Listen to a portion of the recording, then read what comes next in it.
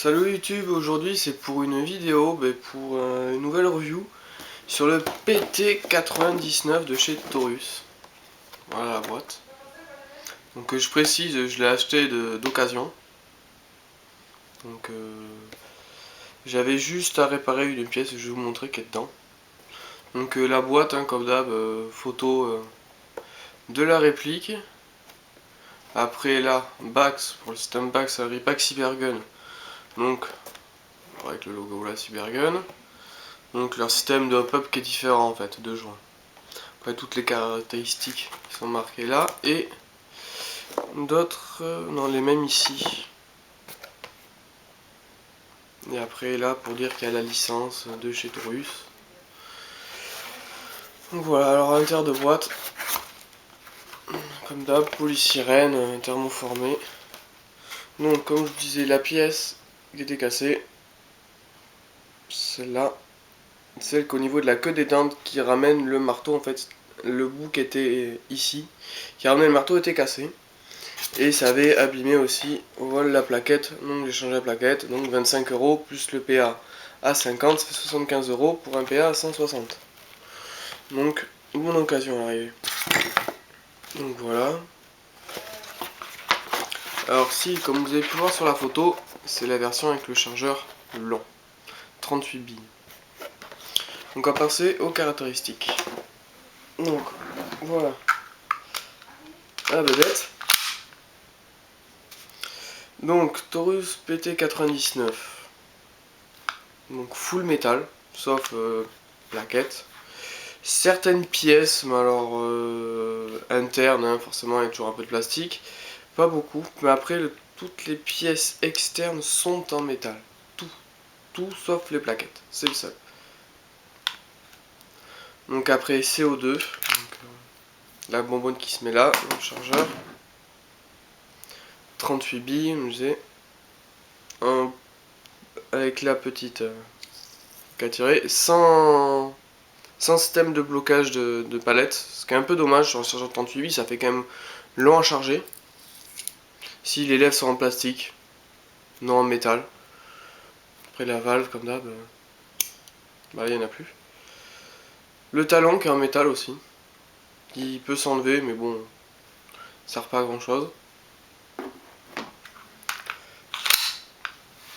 Après, de toute façon, on va montrer. Vous connaissez tous, de toute façon, le plus intérêt, la queue de détente. Donc là, le chien qui s'enclenche. De toute façon, je suis pas en sécurité. Pour mettre la sécurité, on recule la culasse, on monte. Vous pouvez voir, il est en dextre. On enlève et là. Pour l'enlever, on se met en semi. Clac. S'il fait semi et full. Le full, il est là, je l'ai enlevé. Personnellement, du full là-dessus, je l'ai essayé. Le petit inconvénient, c'est que la bonbonne fait le chargeur entier de 38 billes à tout casser. Alors qu'en coup par coup, on fait un chargeur et demi à peu près. Donc ça bouffe un peu moins de CO2. Donc c'est pas plus mal. Après ici, caractéristique ici, il fait 1 joule. 1 joule. Entre 1 joule et 0,9 joules, donc bon, chose près. Avec classe mobile, hein, comme vous avez pu voir, forcément. Oh, désolé pour la caméra.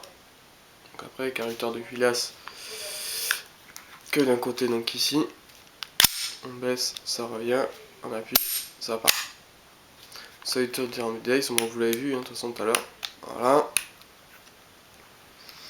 Après, chargeur 38 billes, 3 modes de tir. Bon, ça, comme je vous disais, hein, l'automatique, hein, à part bouffer du CO2, c'est tout ce que ça fait. Précision, c'est pas top à l'arrivée aussi. Donc, après, système back, c'était dit. Le poids, si, qui est assez imposant. C'est-à-dire que là, en gros, sans chargeur, il fait pas loin, il fait 1 kg, je crois.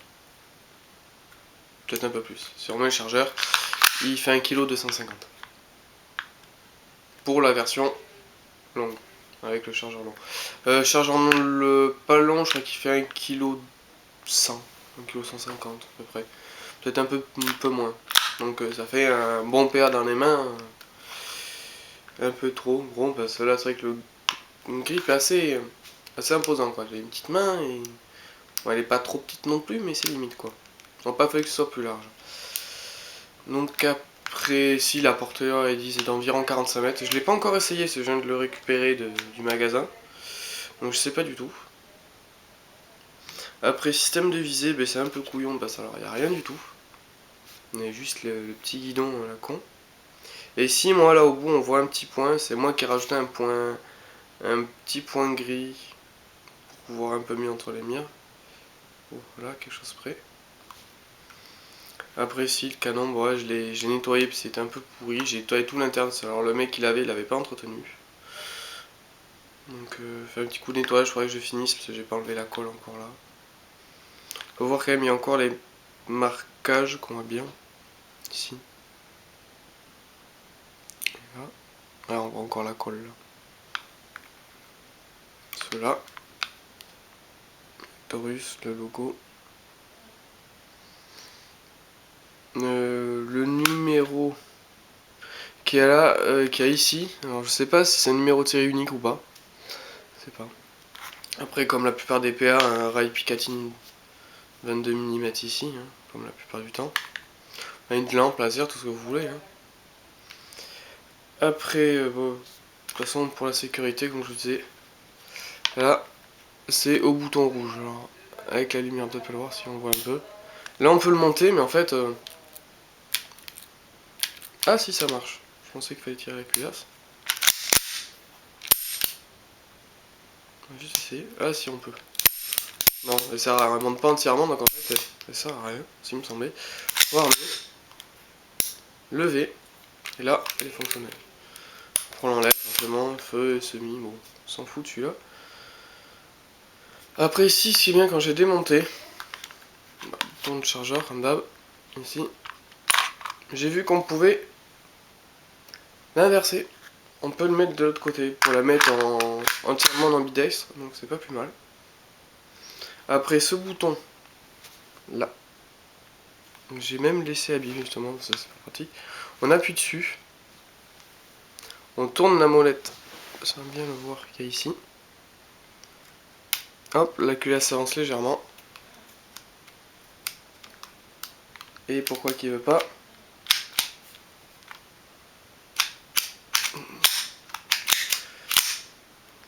Il a envie de m'embêter.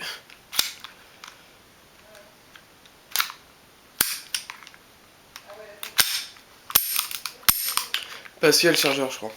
Voilà, forcément, enlever le chargeur. Ce sera mieux. On peut appuyer dessus. J'ai oublié ce détail, comme quoi. Hop, il s'en va tout seul. Voilà, c'est le chargeur qui le bloquait, forcément. Ça faut pas mettre le chargeur. Donc déjà, c'est pas plus mal. Donc après, l'interne, normal. Le fil de fer envoyé, c'est normal, c'est la pièce. J'avais une bille qui était restée coincée là.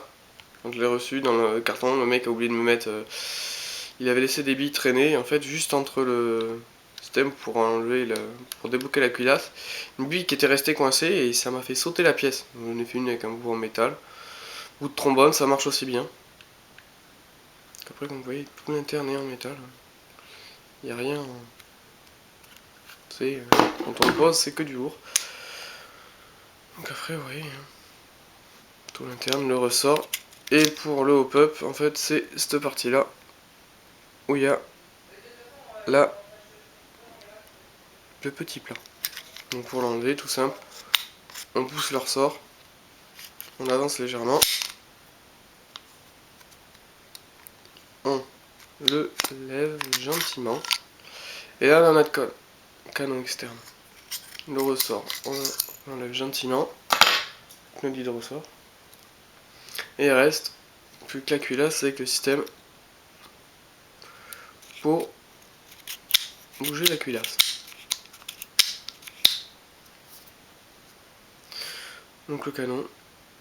Alors pour le démonter entièrement, je ne sais pas. Je vois qu'il y a des goupilles et des vis, donc ça doit être ça. Autrement, pour le hop-up, c'est ici en fait. Donc moi, je l'ai réglé plus ou moins à l'œil en voyant qu'il y a un petit plat. Donc après, et si j'ai fait, je verrai bien en partie. Hein. Faudrait que je le règle. C'est un peu dommage, comme il est blowback et qu'il est lourd, il bouffe beaucoup de CO2, donc c'est le petit inconvénient, je veux dire. Parce qu'autrement, il a l'air il a un kick assez sympa. Ce qui est bien. Alors maintenant, avoir un kick bien et pas être trop puissant, ça devient de plus en plus dur. Donc c'est un peu l'inconvénient quoi. Donc pour le remettre, ça, le canon externe et tout le système, faut remettre le ressort. Et je crois que c'est Spring-In mais je suis pas sûr. En PH je connais pas trop. Après on remet tout la partie bloc up et canon. On le fait glisser dedans. Normalement on descend quasiment tout seul. Voilà. On le remet bien au fond. Et là, petite particularité, j'ai oublié de vous montrer. Sur la goupille, là, il y a un côté qui est plat et un côté qui vient en fait poser dessus. Là. Faut pas mettre le côté arrondi, sinon ça rip et ça marche mal. Malheureusement. Après, en fait, comme vous voulez, mais moi je le mets dessous comme ça. Là, on vient le glisser tout simplement. On le tient en arrière. Ça remet automatiquement, ça c'est pas mal. On vérifie. Il marche. Ouais, c'était juste ce petit bouton. Après, il y a l'autre à côté. Alors, l'autre à côté, en fait, c'est juste pour pousser entièrement le gros bouton qui est ici pour justement débloquer la culasse. On pourra l'enlever. Donc, après, qu'est-ce qu'on peut dire d'autre à part que le chargement c'est bien, mais c'est vrai qu'il bouffe quand même pas mal de CO2 par rapport à la culasse qui est très lourde. Donc, ce qui est un peu normal. Une réplique qui est, moi personnellement, en main qui est sympa. On va voir. Pas mal. Qui niveau performance, je pense que je serais pas trop déçu. J'ai un collègue en a un, donc ça va le faire. Ça devrait le faire. Après grip plastique, hein, bon, grip, hein, c'est du plastique, hein, donc forcément, il y a mieux. Hein. Mais déjà, c'est pas trop. On sent plus l'arrière où il y a le petit truc comme ça avec une calène qui sert, je sais pas à quoi, mais c'est pas grave. Donc non, on n'a pas trop mal en main. Il est lourd, hein, c'est par contre ça qui est un peu... Quand on dégaine, quand on fait un truc rapide, l'un qui l'autre on les sent. On les sent. Donc après sur un truc un peu rapide comme ça, c'est un peu plus cher. Bon après, juste le point faible que je vous disais, c'était le full auto qui fait que ça bouffe du CO2 dans tous les sens. Donc, comme c'est pas possible. Donc après voilà. Après je crois que c'est un double action vu qu'on peut l'activer directement comme ça. Je dis pas de conneries. Donc oui, à part le CO2 puis les plaquettes sont en plastique, mais bon ça c'est comme tous les PA, de toute façon ça sera en plastique. Tout le reste est en métal à part quelques petites pièces d'interne qui sont en ABS, en plastique. Donc voilà, donc pour moi ce sera fini pour cette review du PT99, donc je vous dis à la prochaine. Et au passage je vous souhaite une bonne année parce qu'aujourd'hui on est le 1er janvier 2014, donc bonne année à tous, bonne fête et puis amusez-vous bien avec des billes de 6 mm. Ciao.